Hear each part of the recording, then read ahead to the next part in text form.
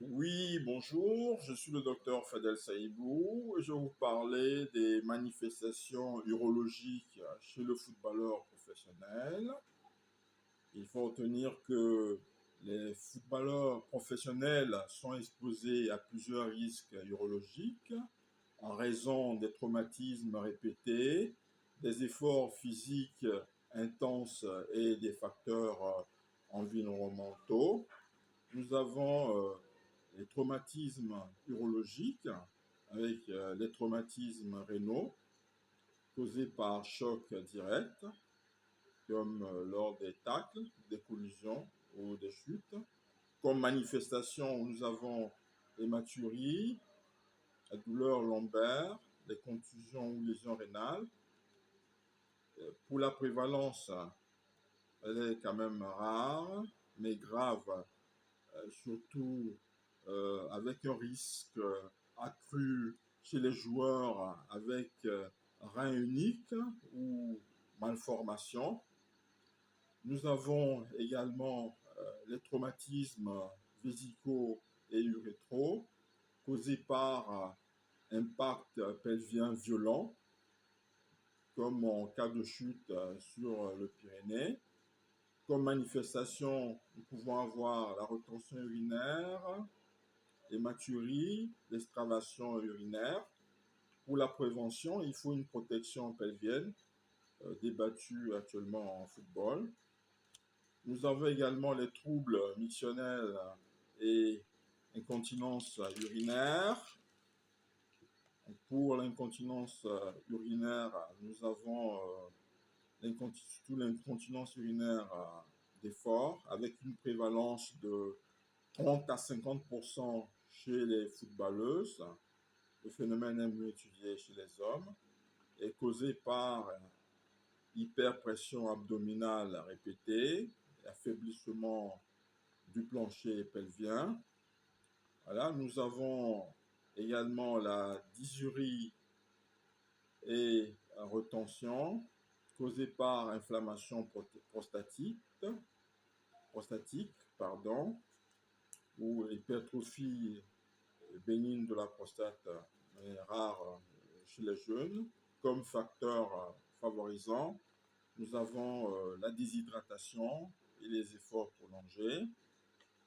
Nous avons ensuite les pathologies scrotales et testiculaires, avec les traumatismes testiculaires avec une prévalence de 15 à 20% des blessures urologiques en sport liées au tacle et au ballon.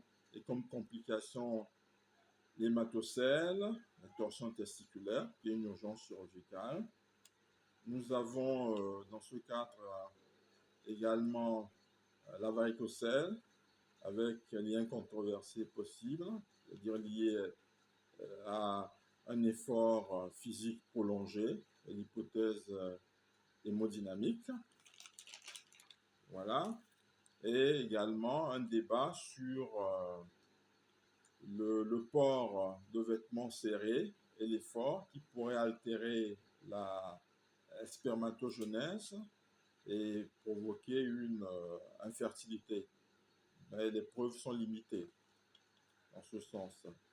Nous avons également les infections urinaires et prostatiques avec comme facteur de risque la déshydratation, le cathétérisme rare, quand même en football, l'immunosuppression relative aux efforts. Et pour la prise en charge, une antibiothérapie adaptée est recommandée.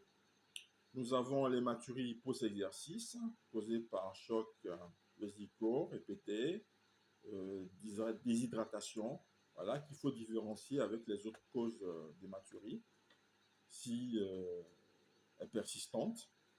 Voilà. Vous avez ensuite des QCM, juste pour vérifier si vous avez compris ce qui a été dit. Donc, comme première question, vous avez quelle est la manifestation urologique la plus fréquente chez les footballeuses professionnelles? A. Varicocèle. B. Incontinence urinaire d'effort. C. Cancer de la prostate. D. néphropathie IgA. Deuxième question. Un joueur se plaint de douleurs testiculaires aiguës après choc.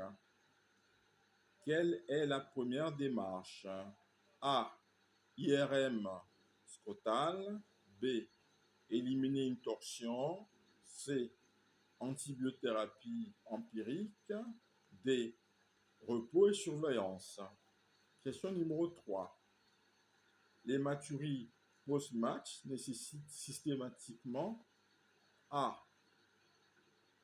Une TDM abdominale. B. Un ECBU et une échographie si persistante. C. Une biopsie rénale. D. Aucun bilan si isolé. Question numéro 4. Quel facteur ne favorise pas l'incontinence urinaire chez le footballeur? A. L'hyperpression abdominale. B. L'atteinte du nerf pudendal. C. L'hydratation excessive. D. Accouchement multiple chez la femme. Question numéro 5. La varicocèle chez le footballeur. A. Est toujours symptomatique. B. Peut être aggravée par l'effort physique. C. Nécessite une chirurgie systématique. D. N'a aucun impact sur la fertilité. Je vous remercie.